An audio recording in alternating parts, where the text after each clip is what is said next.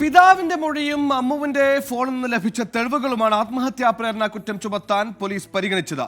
നിർണായകമായ 6 തെളിവുകൾ ലഭിച്ചതോടെയാണ് പ്രതികളുടെ അറസ്റ്റിലേക്ക് പോലീസ് കടന്നത്.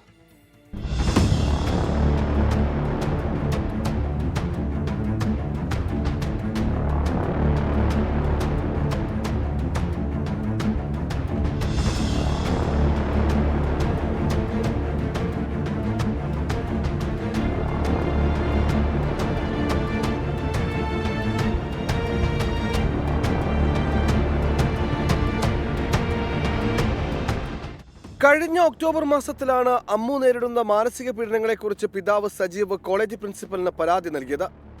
ആദ്യ പരാതിയിൽ കോളേജ് ആഭ്യന്തര അന്വേഷണം നടത്തി. അറസ്റ്റിലായ അലീന ദിലീപ്, അക്ഷിത, അഞ്ജന എന്നിവർ ഇനിമേൽ ഇത്തരം സംഭവങ്ങൾ ആവർത്തിക്കില്ലെന്ന് കോളേജിൽ രേഖാമൂലം എഴുതി നൽകി.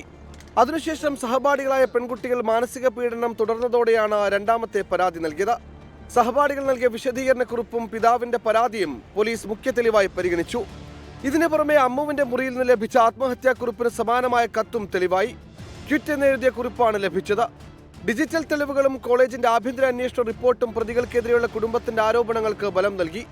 ഇതിനു പുറമെ പിതാവ് ഉൾപ്പെടെയുള്ള ബന്ധുക്കളുടെ മൊഴി കൂടി രേഖപ്പെടുത്തിയാണ് അറസ്റ്റ് എന്ന തീരുമാനത്തിൽ പോലീസ് എത്തിച്ചേർന്നത്. AV ജയശങ്കർ, 24, പത്തനംതിട്ട.